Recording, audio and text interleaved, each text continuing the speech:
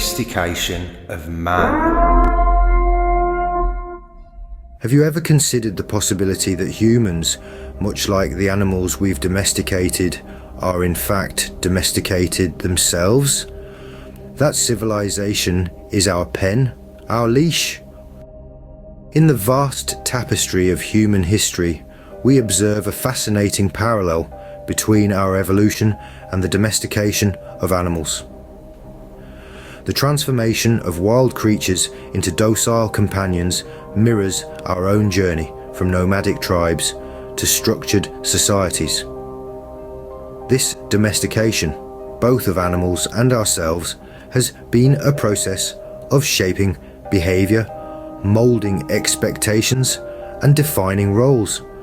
From the canine loyalty of man's best friend to the industrious nature of farm animals, we see reflections of our own societal norms and expectations. We too have been tamed, our wildness curbed by the constructs of civilization. We are, in essence, domesticated beasts, our instincts and behaviours shaped by the unseen hand of societal norms. So, let us ponder this. What if civilization is not just a product of human progress, but a mechanism of control? Just as a shepherd guides his flock, so too do the invisible hands of civilization guide us. Consider, if you will, the analogy of a dog on a leash. The leash, in this case, is civilization. Just as a domesticated dog is bound by the confines of its leash, so too are we as humans tethered by the structures and expectations of our society. This leash of civilization, invisible yet omnipresent, guides us, restricts us, pulls us back when we stray too far from the path deemed acceptable. It shapes our behaviour, our aspirations, our perception of right and wrong. It tells us what to value, where to invest our time and energy. This leash, our laws, our norms, our cultural expectations, is not inherently bad. It provides structure, order, a semblance of predictability in an otherwise chaotic world. Yet it also constrains our potential, stifling the raw, untamed essence of our humanity, steering us towards certain paths at the expense of others. For just as the leash restricts the dog, so too does civilization restrict us. What happens when the leash is removed? When the boundaries of civilization are taken away? Imagine a world where the constructs of society that have held us in check for centuries suddenly disappear. It's a scenario that stirs a sense of fear, a sense of chaos. But alongside the potential for anarchy, there's another side to this coin, the opportunity for unfettered freedom and creativity.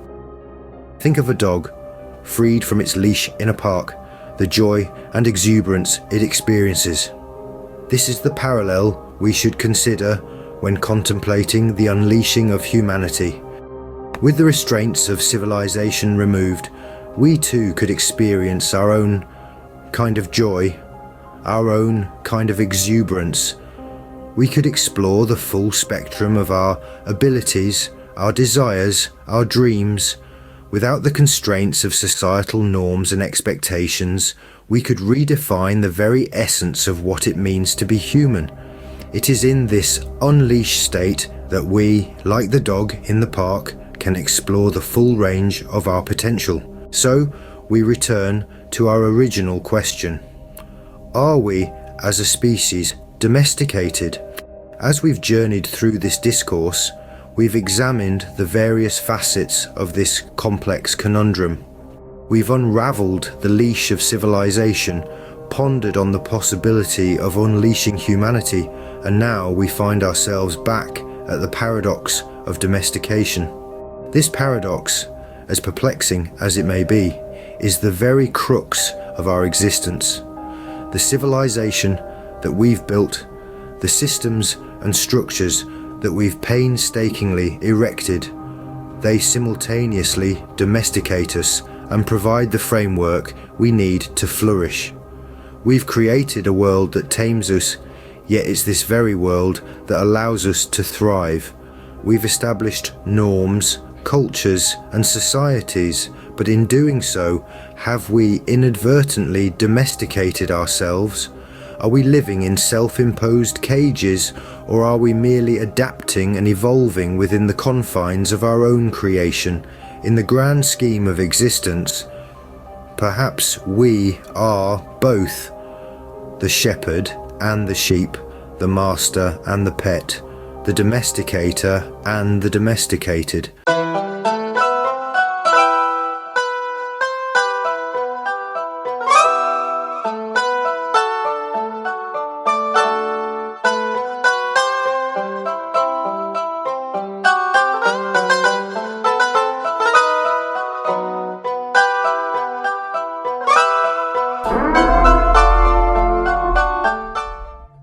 Civilisation is the domestication of man.